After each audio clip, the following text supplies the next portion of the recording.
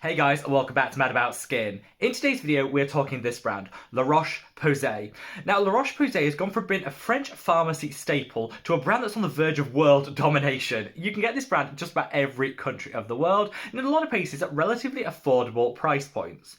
A lot of people call out Roche Posay as being like the good guy in the skincare world, singing its praises for the ethics that sit behind the brand and the quality of their formulations. However, there's always two sides to any story. There are some things about Roche Posay that might surprise you, and some of the reasons why I personally don't reach for this brand as often as I might otherwise do. In this video, I want to pull it all apart. We're going to talk about the positives when it comes to Roche Posay and my thoughts on some of their products. We're also then going to talk about some of the issues that might be present with this brand. Sit back, relax, let's talk all things Roche Posay. Now, before we get into this video, I would love to know what your thoughts, feelings and opinions are when it comes to Roche Posay. What experiences have you had with the brand? Sound off in the comments section below. This style of content takes an awful lot of research, pulling together, planning and editing. So, if you want more deep dives into certain brands and exploring the skincare industry in more detail, let me know by reaching down and giving this video a big thumbs up and a like. I kind of want to get this message out there because I think the very best consumers are informed ones, and we kind of need to know a lot more about the brands that we're buying. By reaching down and liking the video, it's a great way of helping me to achieve this, because the more likes a video gets, the more widely YouTube distributes it on its platform. It's this little thing called the algorithm. The more engagement from comments and likes a video gets, the better it's likely to do. So thank you from the bottom of my heart to each and every one of you that just takes that small moment out of your day to like the content we create here on Mad About Skin.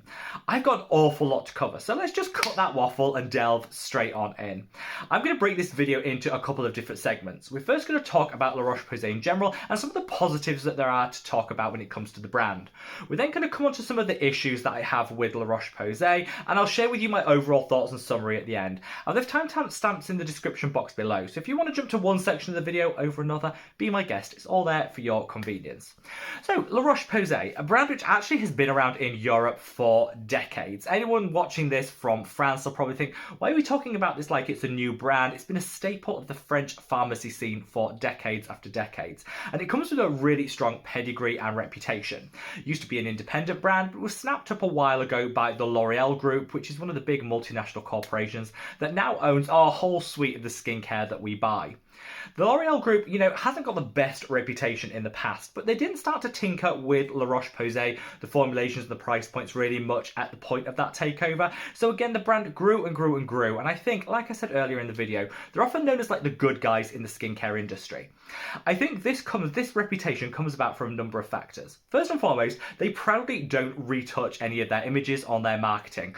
I love this. I mean, this actually shouldn't be a shock to people. This should just be the standard. But when you look at adverts promoting skincare, often they've been retouched, they use Facetune, they remove any imperfections, any texture from the skin to really show the benefits of their product. It's not realistic, it's not fair, and I think, in a social media world, it's also a little bit duplicitous when we all have texture to our skin. We all have pores, we all have blemishes, we have breakouts, These are things that normal people deal with day in, day out, and so I think it's better that, advertisements actually reflect true skin rather than this airbrushed fantasy. Roche Posay are one of the few brands that actually do that. And if you look at any of their website, any of their literature, you definitely see texture to the model skin, which is a great thing. You'll see that the products, gorgeous skin on show, but a realistic reflection. Also, a lot of their formulations are genuinely really good. I think the main feature is their sunscreens. Whatever your thoughts on the L'Oreal Group in general, they plow a huge amount of their profits and revenue into research and development, particularly in the sunscreen space.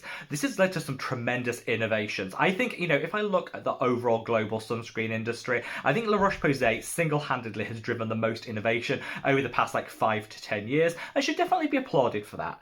They tend to plow a lot of their research and innovation into their La Roche-Posay brand, which comes up with products such as this. This is the La Roche-Posay Antelios UV Immune 400. So this uses new generation filters to really extend the protection that you're getting, particularly in the UVA wavelength of light. You're getting much truer broad spectrum coverage, which is going to prevent premature aging, protect our skin from cellular damage and cancers. It also delivers this in a beautiful lightweight formulation, and I think, the application of the La Roche-Posay sunscreens alongside those newer generation filters really should be applauded, and they're leading the way in terms of the sunscreen game. I think one product which has done the most to kind of send La Roche-Posay's reputation into the stratosphere is this, the La Roche-Posay Cicaplast Baume, a product that's been around in Europe for decades decades, but recently found its way onto the international stage, and lots of people have fallen in love with it.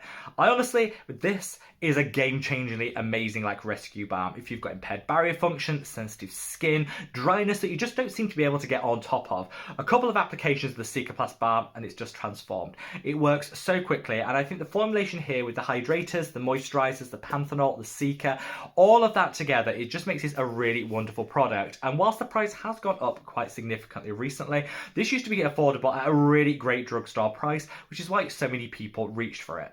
La Roche-Posay definitely deserves some elements as its good guy reputation, from the quality formulations of their sunscreens, the skin-saving Cicaplast Balm, how accessible they are, and their approach to advertising should all be applauded. Now, for all those benefits, I think there are a couple of drawbacks with this brand, which are the main reasons that I don't purchase it time and time again.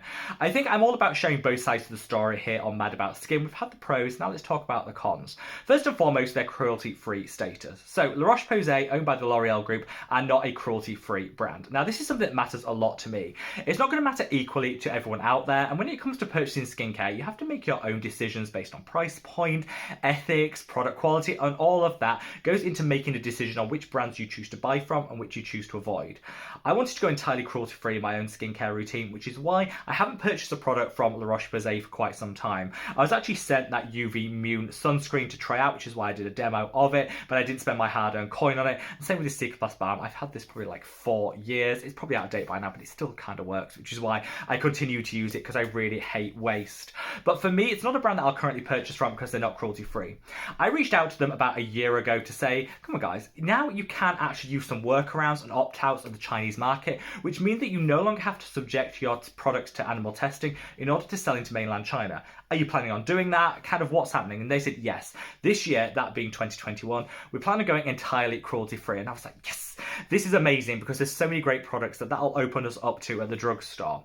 Unfortunately, we're kind of 18 months later and nothing's really moved on that. I asked for an update and they did say that they've used quite a few of these opt-outs and workarounds to limit the amount of animal testing their products actually go through. Now, quite a few of them are exempt. They can still sell into mainland China, but they don't need to subject their products through animal testing in order to do that. However, sunscreens do not come under any of those exemptions and they still want to be able to sell their products into mainland China, so their sunscreens are still tested on animals in order to prove to the Chinese authorities that they're safe to use. I mean, this is so backward and ridiculous, but it's what I think bothers me about it the most is it implies that they're willing to go cruelty-free when it's kind of convenient and easy to do. They're not doing it because they actually believe in it or think it's the right way forward for consumers and for their brand. So this left me feeling just a little bit cold. Of course, this isn't going to impact everyone in equal measure, and you've always got to apply your own ethics standards and what you want from a brand when you come to making a purchasing decision, but this did leave me a little bit cold.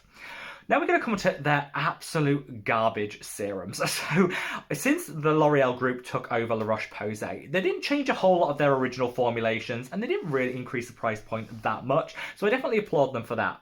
But I think where some element of cash grabbing has come into it is with their serums. These are some of the worst formulations I think I've ever found, made worse by the fact that clearly La Roche-Posay can formulate a good product. They've got so many great holy grails. Their cleansers are amazing, their moisturizers are phenomenal, but their serums are just terrible. So let's have a look briefly over some of these. So we've got the vitamin C serum in a 10% concentration, a good mid-strength ascorbic acid, but in here you've also got denatured alcohol, which is going to strip and dry the skin. You've got an awful lot of fragrance, which could trigger sensitivity, and overall it's not a product that's in a stable formulation or in airtight packaging, so it's going to likely oxidize quite quickly. This, not great for the £35 price point that they want to charge. Denatured alcohol and fragrance isn't like the devil that some people had you believe, but if you're already using a product, vitamin C, which can sensitize the skin and dry it out at the same time, you really don't need these ingredients kind of exacerbating that. This should be better formulated and really doesn't need to come with that ridiculous price point. We then come on to their niacinamide serum. This is a 10% niacinamide serum, which, I think a lot of people like a little niacinamide in their skincare routine. But this is a brand that say they're led by dermatologists. Well, any dermatologist will tell you that niacinamide works best in a 3 to 5% concentration. So why have we doubled it? They've done that because they want to compete with some of the bigger brands, such as The Ordinary, that sell in that 10% concentration. And they know the higher the potency, the more likely it is to sell. But that's not really leading by example and, following the science. It's kind of just cash grabbing on the back of what's popular.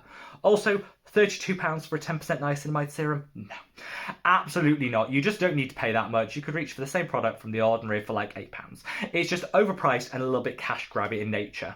You've then got their retinol serum, which I think is probably the worst of all of them. So this harnesses a retinol palmitate, which is one of the weakest forms of retinol. You know, it might be great for people that have super sensitive skin, but if you watch a lot of dermatologists here on YouTube, they say, you know what, avoid retinol palmitate because really there's not a lot of studies that show how effective it's going to be, and it's so gentle, you're probably not going to get a whole lot of benefits from it. This is a product that also contains denatured alcohol, not what you want alongside a retinoid, which can be super drying anyway. It's got fragrance in it, and it's got some other ingredients that could be quite drying on the skin.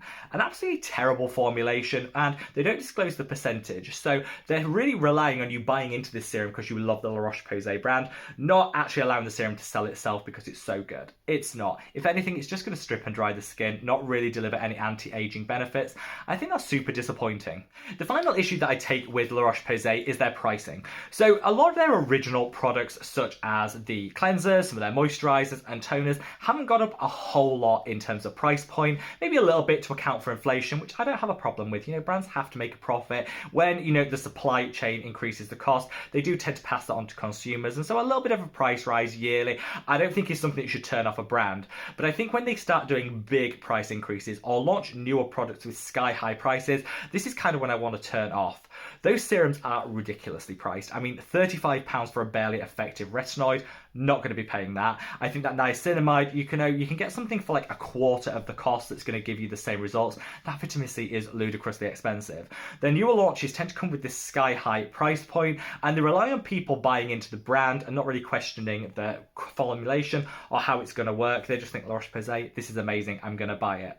And they also are a little bit sneaky. So this is the Cicaplast Baume, waved it about earlier. This doesn't actually exist in this size anymore. So this size is the 40ml. Now the smallest size you can buy is 100ml. They discontinued the really small, convenient like handbag size and increased it to the minimum size being 100ml, which is actually quite a big product. I don't get through a whole load of this, so it kind of is a little bit wasteful. But in doing so, they also increased the price at the same time as introducing the larger size and discontinuing the smaller one. So, you know, gram for gram, mil for mil, you're actually paying more for this product than at any other point. And it's a little bit sneaky, and they've done this with a lot of their products, introduced larger sizes that come at a higher price point, even if you look at like the mil for mil comparison, and I'm kind of not all about that. I think it's gone from being a really affordable drugstore brand, available in pharmacies, in Boots here in the UK, to one that's now definitely in that mid-market segment. If their products work really well for you, continue to use them, but I think always be mindful of that price point. So there you have it, guys. My thoughts, feelings and opinions on La Roche-Posay.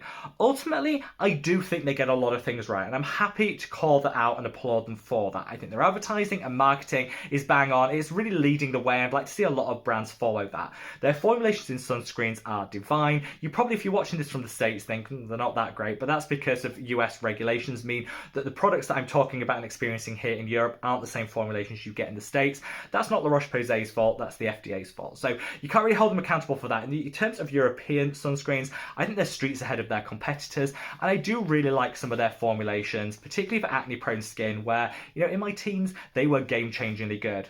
However, I think the way that they sneakily increase prices to hope that nobody notices, their newer launches, particularly their serums, really just been absolutely terrible, and trading off the reputation, not on the quality of the formulations themselves, and their reluctance to really do anything about the cruelty-free, except where it's really convenient for them, not really living by that ethos, is the main reason that I personally don't reach for the brand and buy them. However, if they did go cruelty-free this year, I'd be the first to buy everything from their line and do a full review and rundown for you guys. But until that point, I think there's just some better alternatives out there that I'm going to shop. I would love to know your thoughts, feelings and opinions, and always remember, these are just mine. When it comes to skincare, use what works for you. And if you're a total fan of La Roche-Posay and love their products, keep using them, cling on to them like your very best friend. But let me know your thoughts and feelings below, and wherever you are in the world, guys, stay safe, stay well, and love your skin. Take care. Bye!